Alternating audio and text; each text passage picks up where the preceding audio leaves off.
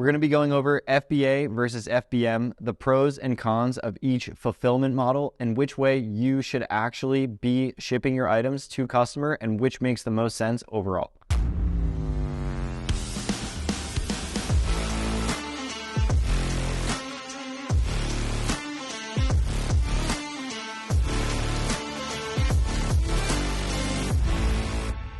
So inside of this video, we're going to be going over both FBA and FBM, the pros and cons, and what each of them are. So the first way we should start it off is FBA stands for Fulfillment by Amazon. What that means is you send your items in bulk to Amazon FBA fulfillment centers. Then once Amazon receives them, they distribute them out throughout their fulfillment centers all over the country. Once a customer actually purchases your product, then Amazon will then pick that single unit and send it directly to the customer for you for a slight fee.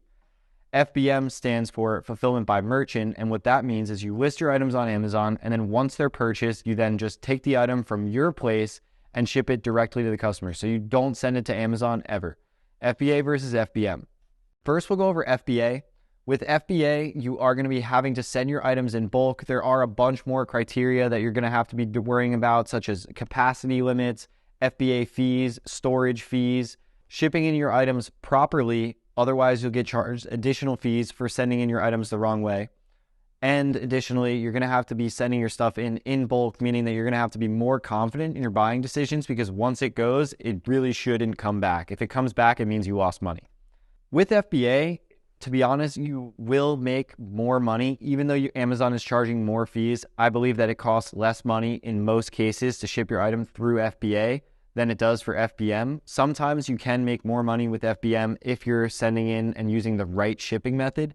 However, when you're sending in bulk and you start to become a big seller, FBA tends to be a lot less hassle. Meaning that with FBA, once your items are out of your facility or out of your prep center, you don't have to worry about shipping them anymore. Amazon's responsibility is shipping them, customer service, dealing with returns, all that.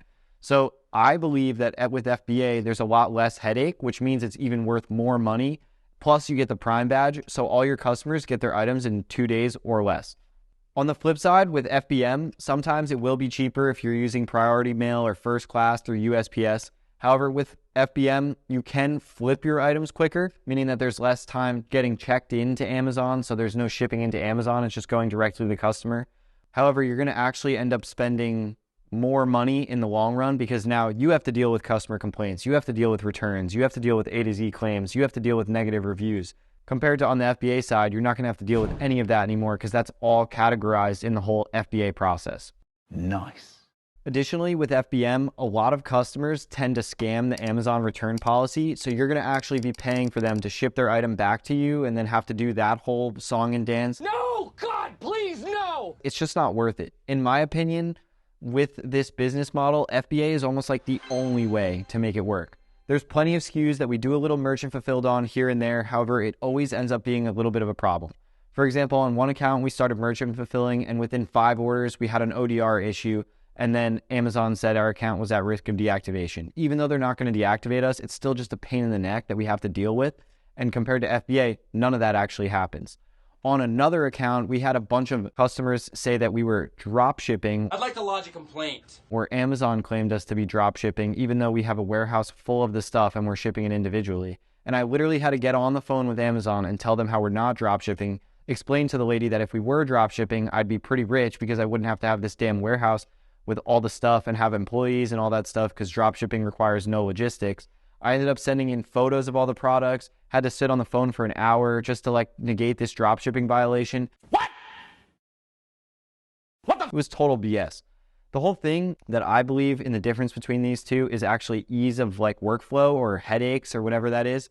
With FBM, you're going to have to shipping items in a timely manner because you can't let them sit for too long. And if you're late to ship an order, ding on your account. If you forget to ship an order, ding on your account. If a customer doesn't receive an order, ding on your account. Compared to with FBA, none of that happens. And if a customer leaves a negative review, if you're doing FBA, most of the time they actually take those reviews away. So although you have to run the numbers and basically see which actually is better for certain flips, a lot of the times too, if you're on a listing, let's say, and there's a bunch of FBM sellers, if you hop into FBA, you can sell the item for more than what the FBM sellers are selling it to and get the buy box and get the item to the customer quicker.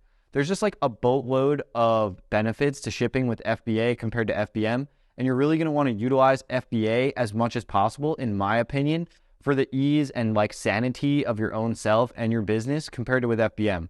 We do some FBM shipping now because we run out of storage limits sometimes, and like hazmat and certain priority mail items are really, really good. But for the most part, we really do like 95% FBA. And honestly, I would love to do 100%, but we have to do some FBM for some of our clients in our fulfillment center. So I hope this helped you guys out when deciding whether to go the FBA or FBM route. I definitely wouldn't start FBM because there's a higher risk of getting your account deactivated. And with FBA, you can spend more time sourcing, which is actually going to be what makes you money in your business. But like I said, that wraps it up for today's video, and thank you for your business.